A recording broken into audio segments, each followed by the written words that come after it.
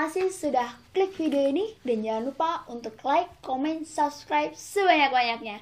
Nah, kemarin kita sempat sama Bapak Daryanto membahas mengenai tanah ya Bapak ya. Iya. Tidak hanya sebagai media tanam, tapi juga sebagai media kehidupan. Nah, buat teman-teman yang penasaran untuk topik pembahasan tanah, jangan lupa diklik sebelumnya ya.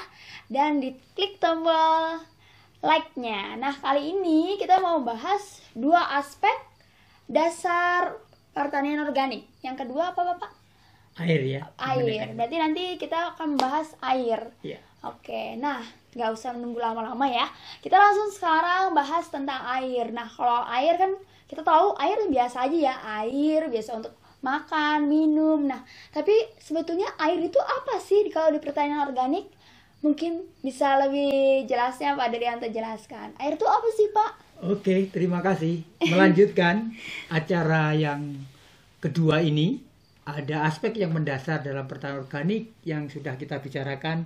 Yang pertama adalah tanah, yang kedua air. Apa sebenarnya air? Air itu satu materi yang sangat luar biasa. Bentuknya memang cair, tetapi kalau kita lacak rumus bangunnya adalah H2O. Jadi ada dua komponen, molekul hidrogen dan oksigen. Dan dari situ itu akan memiliki kekuatan yang luar biasa. Oleh karena itu, dalam beberapa tulisan-tulisan dikatakan bahwa air bisa menjadi penyembuhan, untuk menjadi penyembuhan. Kadang-kadang air juga bisa membentuk sebuah kristal karena air itu didoakan. Air yang didoakan, air yang diberi sesuatu itu mempunyai kekuatan tertentu. Nah, bagaimana sekarang kita mau melihat bahwa air itu memang sangat berguna dalam kehidupan ini, khususnya dengan makhluk hidup. Fungsi yang paling besar dalam kehidupan peranan air adalah pelarut. Pelarut artinya air memiliki kemampuan untuk melarutkan apakah itu garam, apakah itu asam, apakah itu basa, apakah itu organik, asam organik dan sebagainya. Intinya air memiliki kekuatan yang luar biasa untuk mendukung kehidupan. Itulah air. Air ya, Iya. untuk mendukung kehidupan. Karena kita tahu juga selain untuk makan, minum juga untuk penyubur tanaman. Betul ya Pak Iya. ya? Nah, tapi sekarang kalau kita udah mengetahui air, tapi bagaimana yang bisa membedakan air untuk kita makan, minum? Apakah sama dengan air untuk pertanian organik? Nah, coba kita tanyakan langsung kepada Pak Daryanto. Ini Sama yang atau paling beda? penting. Ini yang paling penting. Apakah ada sedikit peranan yang berbeda antara air untuk pertanian yang biasa atau sering kita sebut pertanian konvensional dengan air yang ada dalam pertanian organik? Ada bermacam-macam air. Salah satunya ada air dari kotoran lele atau air dari kotoran peternakan. Ya, betul. Tapi juga ada air yang tercemar oleh limbah-limbah pabrik. Tetapi ada air yang bersih, yang tidak berwarna, tidak berbau, dan juga tidak ada rasa. Itu. Tapi juga ada air yang air cucian. Ada Beras ya? ada air fermentasi, ada air yang difilterisasi. Jadi ada banyak sekali jenis-jenis air yang kita ketahui. Nah, dalam pertanian organik yang harus diperhatikan adalah air yang tercemar. Air yang tercemar tidak boleh masuk ke dalam lahan atau lokasi pertanian organik. Oleh karena itu untuk mengatasi, untuk mencari solusi bagaimana supaya air yang tercemar itu bisa dipakai untuk pertanian organik, maka kita harus menggunakan yang disebut kolam filterisasi.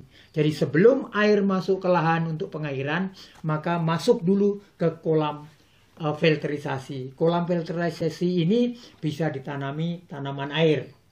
Contohnya Ada apa tuh? enceng gondok, ada Oh, arteria, ada macam-macam. Ada papirus. Itu tanaman-tanaman yang berpotensi untuk memfilter residu-residu yang ada pencemarannya. Ada juga air misalnya kotoran lele atau air dari kotoran atau limbah-limbah peternakan, maka air yang ini tidak bisa langsung digunakan dalam pertanian organis, maka harus ada semacam air fermentasi. Bagaimana air dari kotoran lele, misalnya kotoran hewan ini difermentasi dulu. Dalam kolam fermentasi itu kita bisa beri apa yang disebut decomposer. Decomposer itu ada macam-macam. Ada yang sudah disertifikasi organik, ada yang belum disertifikasi organik.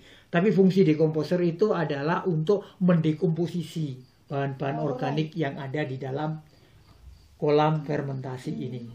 Tetapi juga ada yang disebut kolam pengendapan.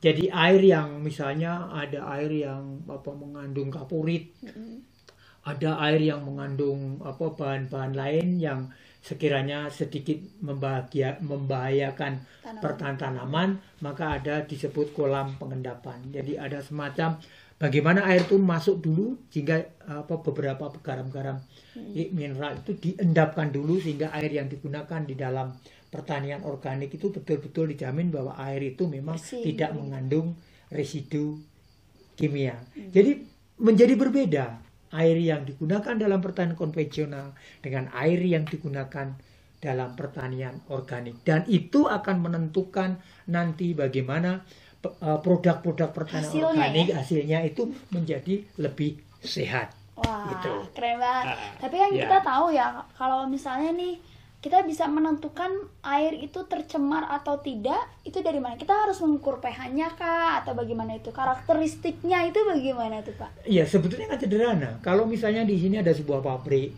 lalu limbah pabriknya itu dikeluarkan ke sungai umpamanya, atau ke parit. Lalu air sungai parit itu mengalir. Nah, itu pasti ada pencemar limbah pabrik. Atau di sini ada parit, kemudian di daerah itu adalah pertanian konvensional yang disemprot dengan pestisida, disemprot dengan herbisida. Ya? Nah, itu kan pasti ada air yang ada zat-zat tertentu organofosfat atau karbamat atau logam berat yang bisa mencemari air yang ini. Nah, air ini kan mengalir. Jadi itu pasti mengandung residu bahan kimia gitu loh. Kalau di situ ada peternakan, lalu kotoran sapinya atau kotoran ayamnya atau apa saja disiram masuk ke sungai, hampir pasti sungai itu kan mengandung kotoran hewan itu tadi, atau kotoran sapi atau kambing atau apa saja. Maka air ini tidak bisa langsung ke itu, mesti harus ada semacam kolam pengendapan atau kolam filterisasi. Jadi ada tanaman yang bisa memfilterisasi kontaminan itu. Jadi gampang sekali dilihat. Berarti kita harus lihat sejarahnya dulu ya sebelum kita memastikan bahwa ini lahan. Jalurnya dulu kita air itu dari ya? mana gitu. Okay, baik. Tentu yang belum bisa diatasi adalah air hujan.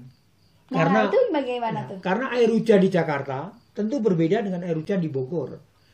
Jakarta tanamannya kurang dan banyak pabrik, banyak udara yang mengalami polusi atau pencemaran. Tentu air hujannya akan berubah. Sering dikatakan lebih asam begitu.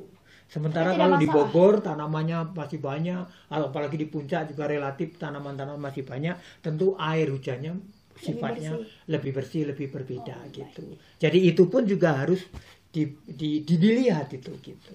Jadi itu ada materi khusus yang lebih mendalam lagi ya. Harus dilihat lagi ya, karena ini efek lingkungan gitu. Berarti kesimpulan yang bisa kita tarik ini bagaimana Pak Daryanto? Untuk mungkin para pengusaha yang mau buat lahan pertanian organik mungkin berpikir ulang terkait dengan air ini. Mungkin Pak Daryanto bisa memberikan saran sebagai penutup dari materi kita tentang air ini. Ya, terima kasih. Bagi para penggemar atau bagi para peminat pertanian organik, jangan lupa perhatikan air itu berasal dari mana.